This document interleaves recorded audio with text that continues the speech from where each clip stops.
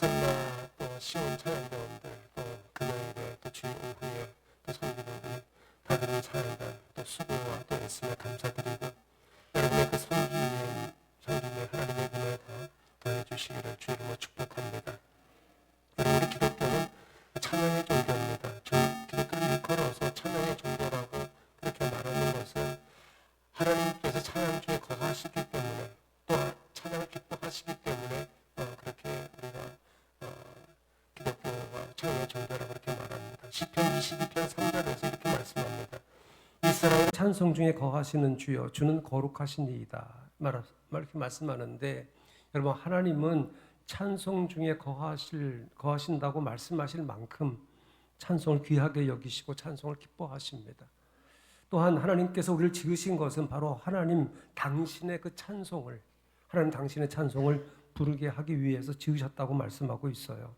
이사야 43장 21절에 이 백성은 내가 나를 위하여 지었나니 나의 찬송을 부르게 하려 함이라. 하나님께서 당신의 백성을 지으셨어요. 지으신 이유가 당신을 위해서 지으셨다고 말씀해요. 그러면서 나의 찬송을 부르게 하기 위해서 우리를 만드셨다, 그렇게 말씀하고 있습니다. 여러분, 이처럼 하나님께서 당신의 백성을 지으시고 선택하신 이유가 바로 찬양을 받으시기 위함이다, 이렇게 말씀하고 있는 것입니다. 그리고 예수 그리스도를 통해서 교회와 성도들을 지금도 부르고 계신 이유 또한 우리를 통해서 찬양을 받으시기를 원하시기 때문에 지금도 우리를 부르고 계신다는 얘기예요. 그래서 하나님께서 우리를 지으신 이유가 바로 찬양을 받으시기 위함이고, 우리를 선택하신 이유도 찬양을 받으시기 위함이고, 지금도 우리를 부르시고 계신 이유 또한 찬양을 받으시기 위함이라고 말씀하시니 찬양이 얼마나 귀하고 중요한 일입니까? 그러기에 찬양은 어느 누구나 할 것 없이 다 불러야 되는 것이고, 또 불러야 할 의무가 있는 것이고, 하나님을 섬기는 우리의 삶 자체가 찬양이어야 된다라고 하는 이야기입니다. 또한 하늘의 천사 중에 그 루시퍼가 하늘에서 찬양을 담당했던 그러한 것이나, 또 스랍 천사들이 하나님 보좌에서 찬양을 담당했던 그와 같은 일을 본다고 하면 찬양이 얼마나 소중한지를 우리에게 증거해주고 있는 것이다 라고 하는 얘기입니다.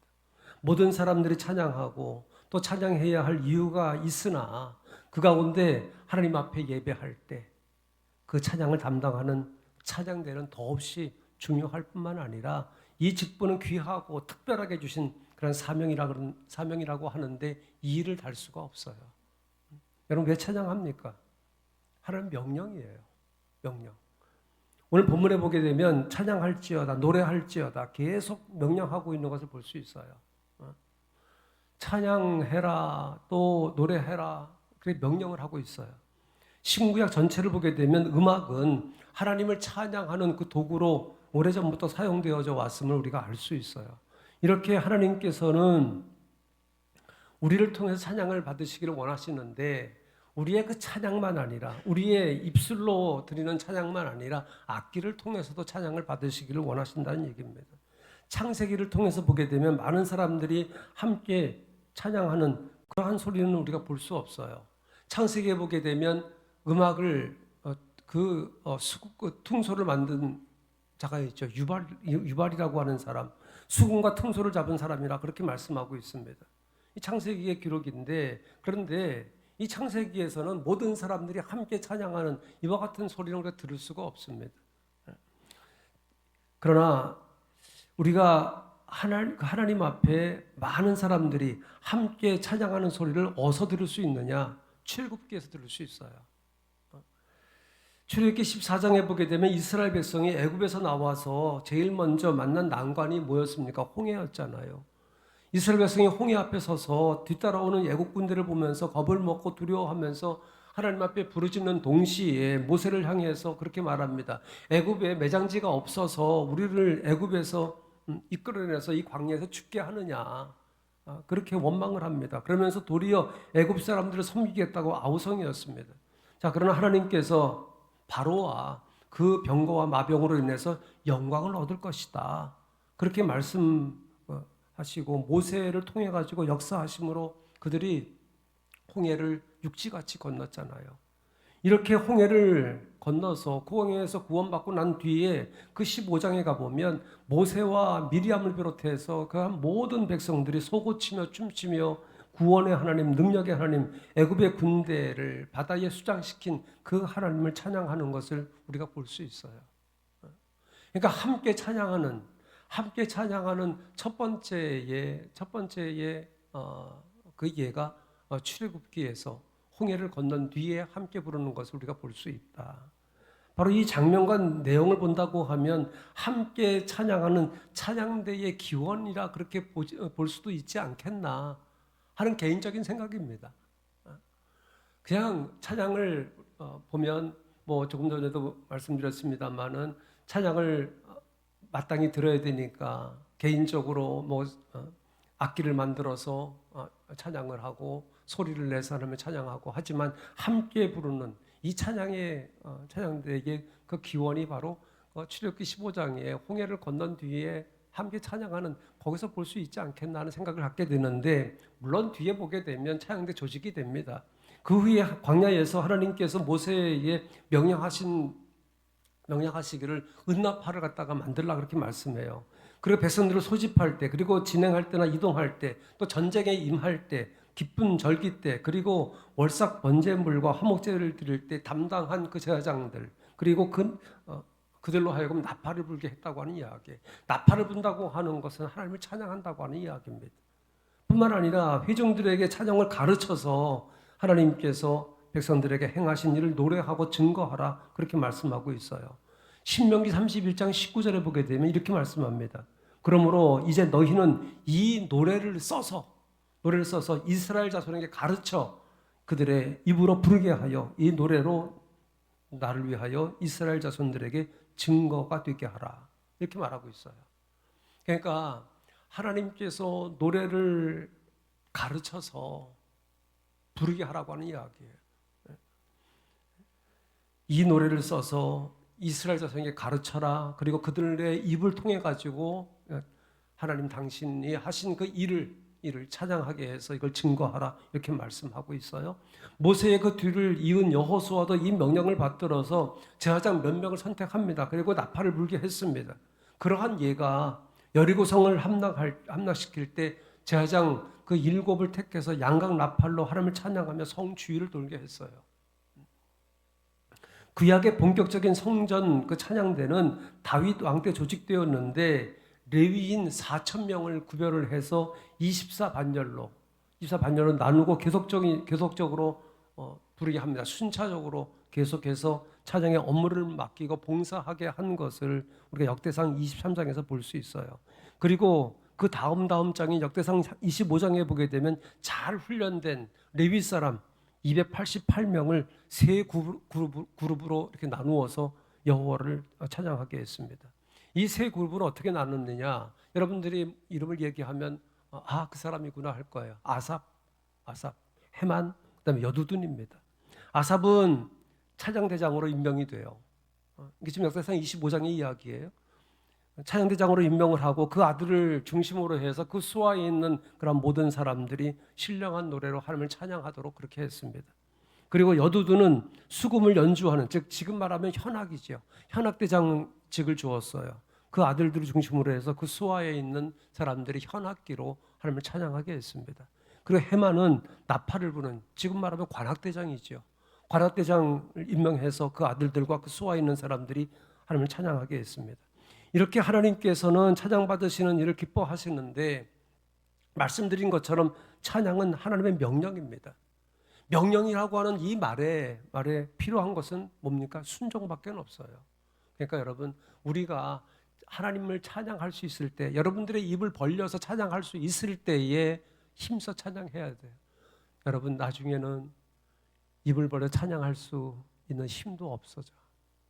그렇잖아요, 여러분. 그러니까 찬양할 수 있을 때 여러분, 이 악기를 다루는 사람 참 부럽지요. 그런데 여러분, 또 목소리로 하나님 앞에 찬양하는 이것은 하나님께 주신 선물이에요. 우리에게 주신 은사예요. 그래서 여러분, 우리가 하나님을 찬양할 수 있을 때 그 명령에 순종하며 찬양을 부른다고 하는 것은 이보다 더 큰 기쁨은 없다. 그리고 여러분, 찬양대 일을 누구에게 맡겼느냐? 하늘의 그 천사들에게 맡겨진 일이고 구약의 제사장들과 레위 사람들에게 주어졌던 가장 아름답고 귀한 일입니다. 레위 사람들 알잖아요. 구별된 사람들이에요. 성전을 중심으로 해서 예배하는 일로 시작을 해가지고 하나님을 높이는 일에 섬기도록 부름받은 사람들이 레위 사람들이잖아요. 이 사람들은 다른 지파와는 달리 구별된 사람들이었습니다. 이 사람들로 하여금 하나님을 찬양하는 일을 하게 했어요. 그러니까 그 12지파 가운데에서 아무나 찬양할 사람을 부른 게 아니라 레위 사람들 가운데에서 찬양을 하게 했다고 하는 이게 지금 우리에게 맡겨진 이 찬양 사역이 바로 이렇게 귀한 직이라고 하는 이야기입니다. 동시에 이 찬양 사역은 하나님의 명령에 의해서 수행되어지는 가장 엄숙한 일인 것도 우리가 기억해야 됩니다. 자, 그렇기 때문에 찬양대원 여러분, 하나님의 명령에 순종하는 사람들이라고 하는 자긍심을 가지고 하나님의 이름을 높임으로 순종의 복을 받는 그러한 은혜가 우리 대원들에게 있게 되기를 주 이름으로 축복합니다. 또 찬양의 두 번째 이유는요, 말씀드린 것처럼 하나님께서 찬양을 기뻐하시기 때문에 그렇습니다. 하나님께서는 스랍들과 천사들의 찬양 중에 거하시고 또 백성들의 찬양 중에 거하신다. 그래서 성경은 말씀하고 있어요. 하나님께서 백성들 가운데 강림하실 때 또 임재하시는 방법도 천군 천사의 찬양 소리와 더불어서 임재하시곤 했습니다. 뭐 예를 들면 출애굽기 19장에 보게 되면 십계명을 모세가 시내산을 받지 않습니까? 근데 시내산에서 십계명을 주실 때에도 천사들의 그 나팔 소리와 더불어서 임재하셨어요.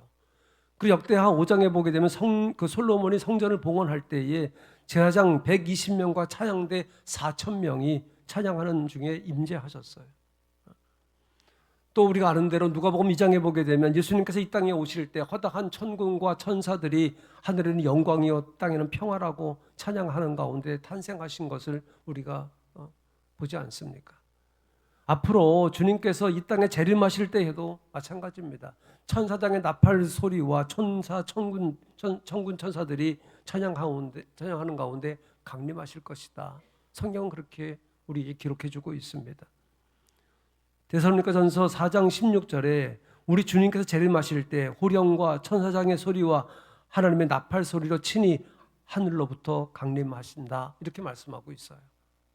여러분, 하나님께서는 찬송이 있는 곳에 거처를 정하시고 또한 찬송과 함께 임재하시고 찬송과 함께 활동하고 역사하신다. 그 이유는 하나님은 당신의 백성들의 찬양을 무엇보다 기뻐하시고 또 즐거워하시기 때문에 그렇습니다. 그래서 우리가 정성을 다해 부르는 찬양 가운데 하나님께서는 임재하시고 또 영광을 받으시고 또 기뻐하신다. 뿐만 아니라 찬양대원들이 매주일마다 정성껏 준비해서 드리는 찬송의 제물을 기쁘게 받으시고 또 연락하시는 줄로 믿습니다. 여러분, 찬양이 있는 예배를 하나님께서 기뻐하세요.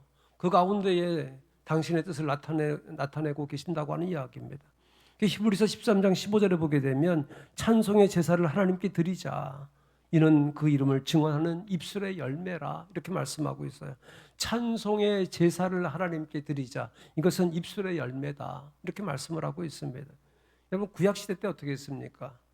제사를 드리죠. 양과 염소를 제물로 드렸어요.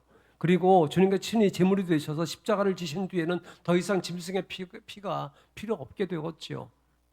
이제는 감사와 찬양의 제물이 드려지면 되는 것입니다. 여러분, 이 찬양이라고 하는 것이 어떤 수단이냐? 하나님께 나아가는 그 수단이 되는 것입니다. 하나님이 우리를 만나주시는 교제의 기회가 어느 때냐? 바로 찬양할 때라고 하는 이야기예요. 물론 우리가 신앙생활을 하면서 필요한 요소들이 있죠. 기도가 필요하지요. 기도하는 가운데 우리가 주님을 또 만나기도 해요. 그러나 여러분, 찬양 중에 하나님을 만난다라고 하는 이야기입니다.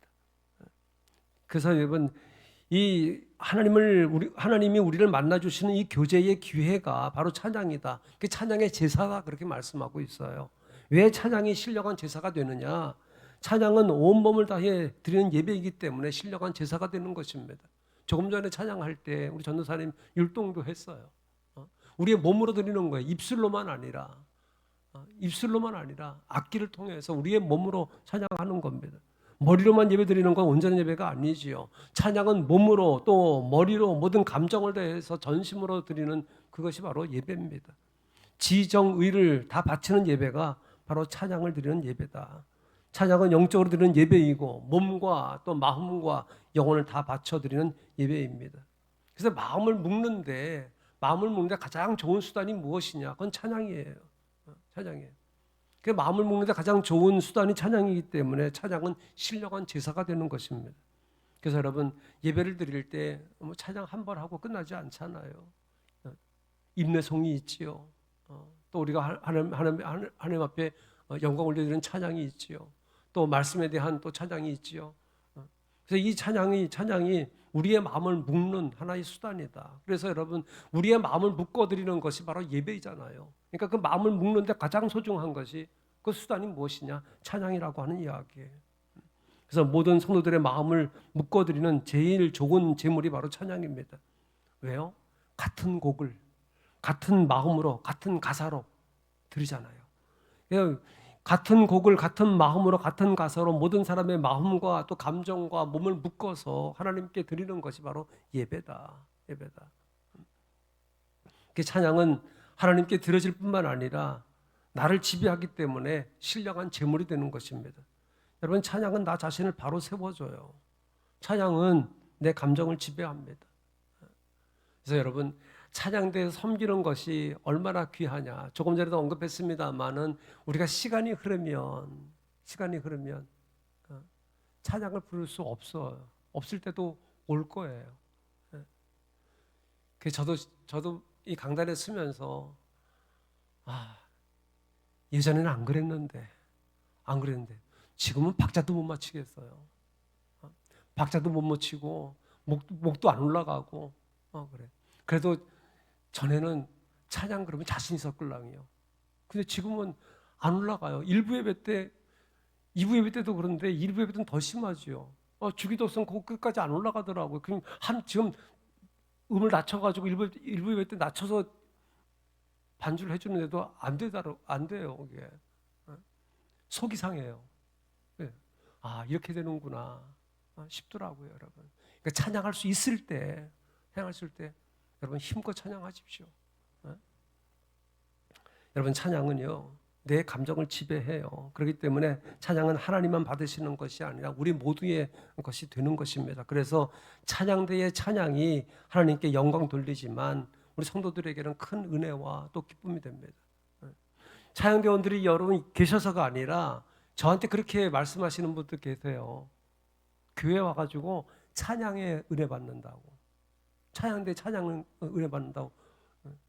저는 좀 빈정상해요. 말씀에 은혜 받아야 되는데. 근데 여러분 찬양에 은혜 받는 것이 얼마나 여러분 귀한 일입니까, 여러분? 그렇잖아요. 그래서 여러분들 잘 섬기고 우리가 이 찬양은 하나님께 영광을 돌리고 또 우리 성도들에게는 그 또 귀한 은혜가 되고 그 찬양을 통해 가지고 마감의 문이 열리면 말씀에도 은혜가 되는 거예요. 그렇기 때문에 찬양은 여러분 하나님께 영광 돌리고 듣는 성도들에게는 은혜가 되는 것이고 교훈이 되고 또 찾아가는 사람들에게는 기쁨이 또 충만하게 되는 줄로 믿습니다. 그렇기 때문에 찬양을 바로 할 줄 아는 것이 하나님의 은혜인 것입니다. 사랑하는 찬양대원 여러분 이같이 하나님을 기쁘시게 해드리는 너무나 소중한 이 직무를 수행하고 있다고 하는 것을 기억을 하고 이 정성과 믿음으로 잘 감당해서 또 하나님께 기쁨이 되어지기를 주의 이름으로 축복합니다. 또 찬양을 해야 되는 그 이유 또 세 번째는요. 하나님은 찬양 중에 능력을 나타내시기 때문에 그렇습니다. 성경을 보게 되면 찬양이 불러지는 동안에 찬양이 행해지는 동안에 하나님의 능력이 나타난 그 예를 많이 볼 수 있어요. 찬양을 기뻐하시는 하나님께서는 찬양 중에 당신의 그 뜻과 그 능력을 나타내십니다. 그 대표적인 그 예로 전쟁을 할 때 백성들의 그 찬양 나팔 소리와 찬양대 합창 소리가 울려 퍼지는 가운데 하나님께서 기적을 행하시고 능력을 나타내신 그와 같은 일들이 있어요. 조금 전에 언급했지만 여호수아의 그 군대가 여리고성을 함락시킬 때 7일째 되는 날 제장들의 찬양의 나팔 소리와 백성들의 그 찬양의 함성이 퍼질 때에 여리고성이 무너졌습니다. 또한 사사시대 때 보게 되면 기드온이 미디안 군사 13만 5천 명과 대항해서 전쟁을 할 때 300명의 용사를 데리고 싸우잖아요. 300명의 용사가 나팔과 항아리와 횃불을 들고 승리한 것도 역시 찬양의 나팔 소리로 하나님의 능력이 나타난 것입니다. 그리고 역대하 20장에 보게 되면 여호사밧 왕 때 그 유다가 모압과 또 암몬 또 마온의 그 동맹국과 전쟁을 하게 됐습니다. 이렇게 위기를 맞이하고 있을 때 그 여호사밧 왕이 어떻게 합니까? 이 군대를 먼저 앞세워야 될 거 아니에요. 그런데 이 여호사밧 왕이 찬양대를 앞세웠어요. 예복을 입히고 찬양대를 앞세웠습니다. 앞세워서 그 군대보다 앞세워서 하나님을 찬양하게 함으로 대적을 물리친 사건은 너무나 유명한 찬양대의 역사입니다. 뿐만 아니라 찬양 중에 그 악신이 물러가는 역사도 있었지요.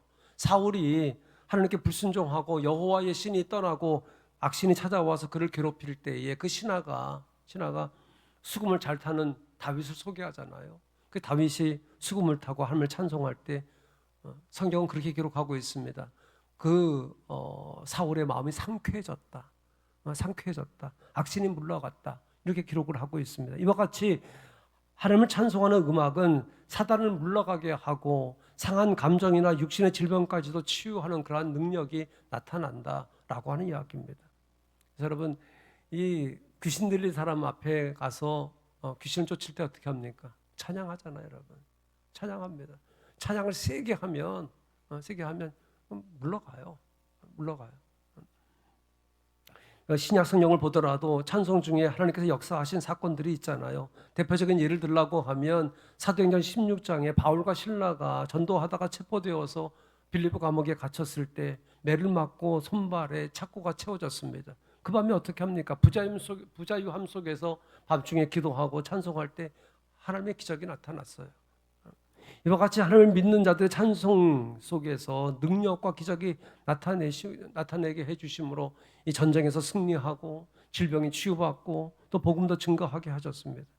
여러분, 이처럼 찬양은 하나님의 능력을 나타내는 수단이다.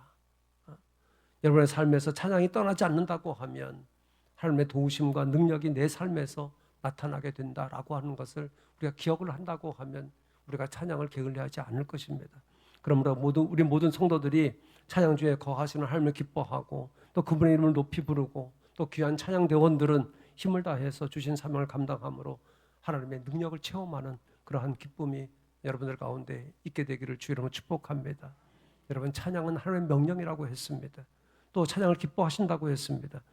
또 찬송 중에 하나님의 능력이 나타난다고 했습니다. 이 하나님 명령에 순종해서 찬양을 하되 날마다 또 매주일마다 새 노래를 부르는 찬양대원들이 되어지기를 바랍니다. 여기 1절 보세요. 할렐루야, 새 노래로 여호와께 노래하며 성도의 모임 가운데 찬양할지어다. 이렇게 말씀합니다. 시편 96편에서도 새 노래로 여호와께 찬양하라고 그래요.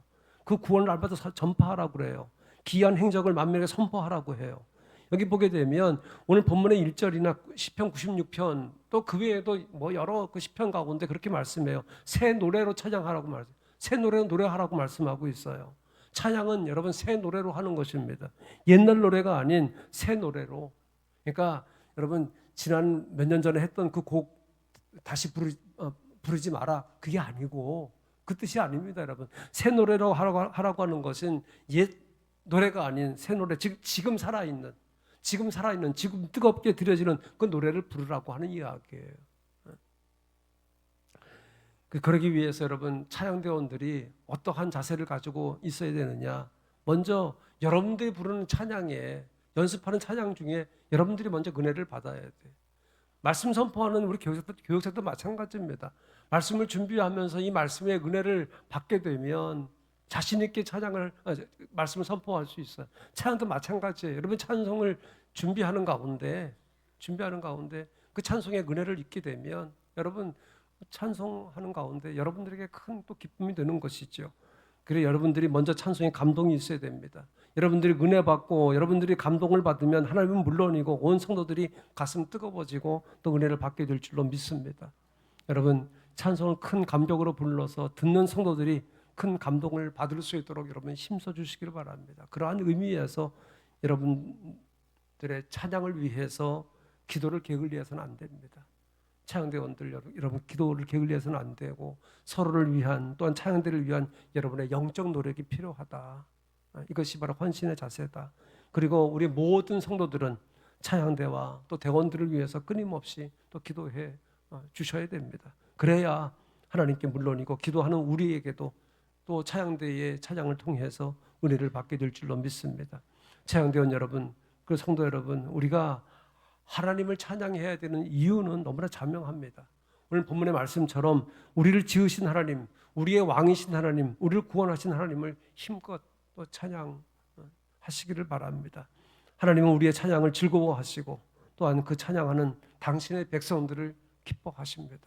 늘 충성하고 헌신하는 옥산나 찬양대원들, 또 시온 찬양대원들, 또 금요일에 또 주일 오후에 또 섬기는 다드림 찬양대원 여러분들의 헌신과 충성에 또 하나님께서 은혜를 주시고 복 주실 줄로 믿고 여러분들을 불러서 또 구별된 모습으로 구별된 자리에 세워주셔서 이 귀하고 또 복된 사명을 감당하게 하신 하나님의 감사함을 통해서 또 헌신하는 귀한 대원들이 되어지기를 주 이름으로 축복합니다. 기도하십시다. 하나님 아버지, 우리를 지으신 이유가